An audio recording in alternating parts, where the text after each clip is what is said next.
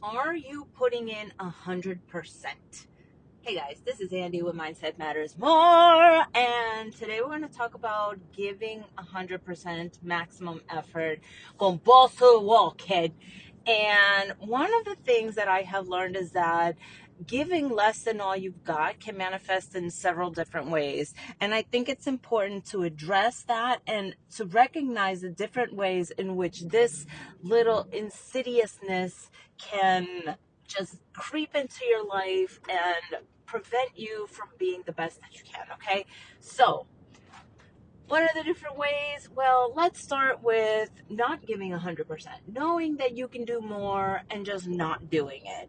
Giving a half-assed attempt, like, oh, whatever. I mean, there's several reasons why you would do that. Self-sabotage, disinterest, not happy, you got other shit going on. It's not a priority. And so all of these things, you're just like, yeah, no, I just don't care. Whatever. I'm just going to do what I can because I just do not give a fuck. Now, sometimes half-assing something can be warranted. I mean, we think of it as half-assing it, but really it's our max effort. Say you're sick. Say you don't understand what's going on and you still try anyways, but it's only 50% of what can actually be done. Those are not what I'm talking about. I'm not talking about, giving max effort that isn't 100% of what can be done. It's 100% of what you can do. So I'm not talking about that. I'm talking about when you know that you can do more, but you're just not doing it. Okay. So there's that. The second reason is you think you're too good for it. You think that you can do better. So you're not even trying. You're not even attempting because you're just like, ugh, like I don't even need to do this, like, because I am just better than that. I should be doing something more high level. I should be getting more of a prize. I should be like just 100 different reasons why you think that you should be doing something more. And so therefore, it does not merit you giving 100%. Now, let's talk about the ego for a second, because the ego will have you believing that you are better than the little mundane, repetitive tasks. But those repetitive, mundane tasks are the things that add up to who you are, your personality, the way that you live in life. And so it's not just that task. It's going to seep into every single other facet of your life. Details matter.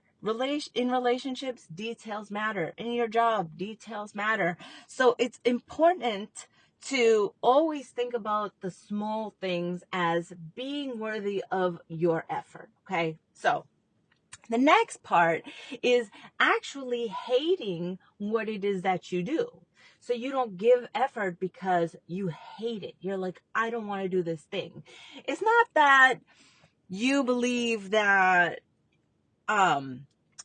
it's not worthy of you, or that it's you just don't want to do it. It's like you actually despise doing it. You're like, this thing is just, I don't want to fucking do this. Like, say you have a business and you hate making sales calls. You just want to do the high business and you hate sales. So you half-ass your sales. I mean, obviously it's going to impact your business. Say you don't like to do the accounting, so you half-ass it. Again, these things that you hate to do are what you need to be working on, are what you need to be overcoming in order to be able to have a robust business, in order to be able to have a good life and amazing relationships.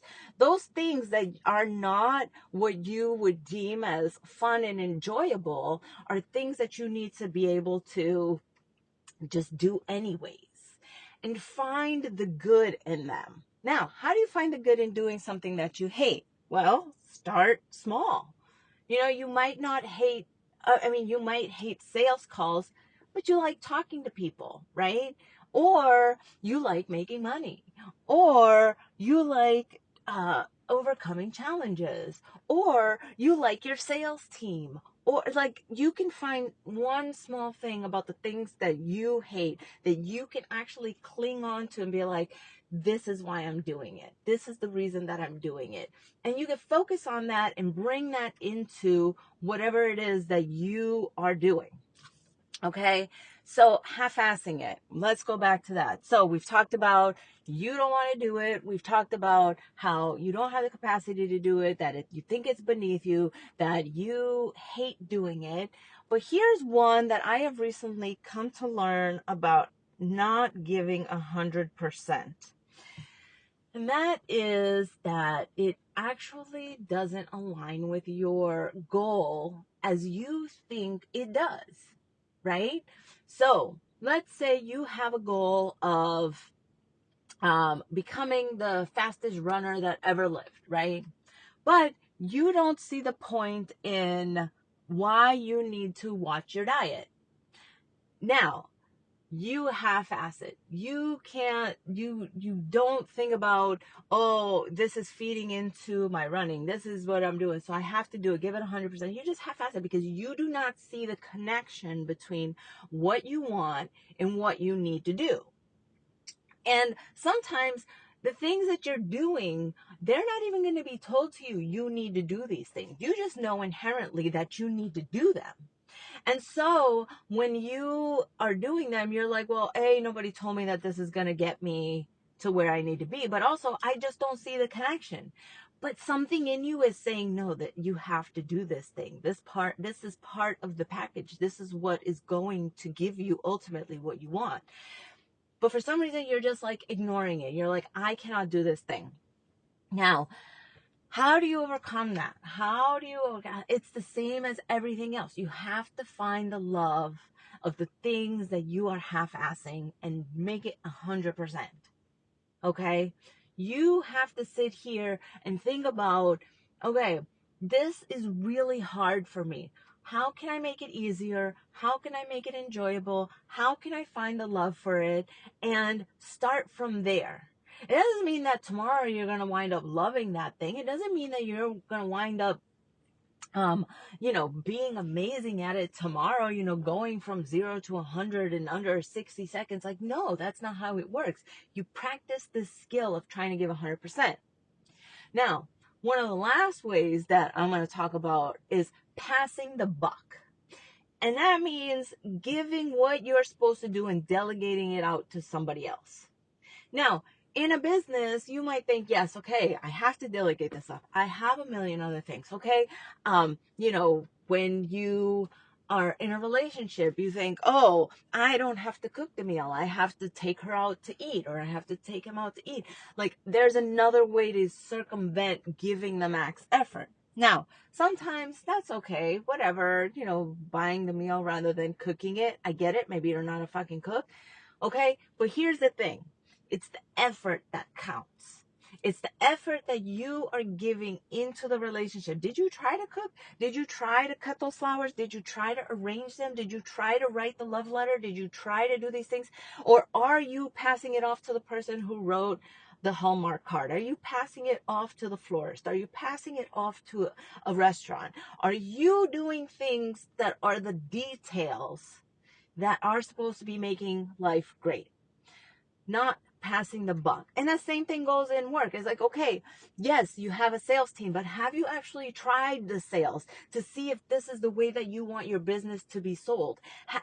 Yeah, it might get you a sale, but are they being sleazy? Do you know their tactics? Have you been in there? Have you inquired? Have you talked about, or are you avoiding? Are you just passing the buck? Now, there's a difference between being involved in being a micromanager 100%, and I'm not advocating for being a micromanager. What I am saying is that when you are being somebody who is involved 100%, you are inquisitive, you're asking, you're doing, you're embodying, you're being, and then you are allowing things to unfold as they need to be. So, did any of these resonate with you? I want you guys to email me. Let me know. So excited to be back, you guys. I've got all these ideas flooding in my head, and I want to get back to it. I want to get back to you guys, okay? So I'm leaving links to my podcast. Oh, no, this is my podcast. Duh. I'm leaving links to my YouTube. Right now, we're talking about I think this week is the last week of the Paramahansa Yogananda series, and then we're off to Conversations with God. So I hope you guys join me for that. Love you guys. Bye.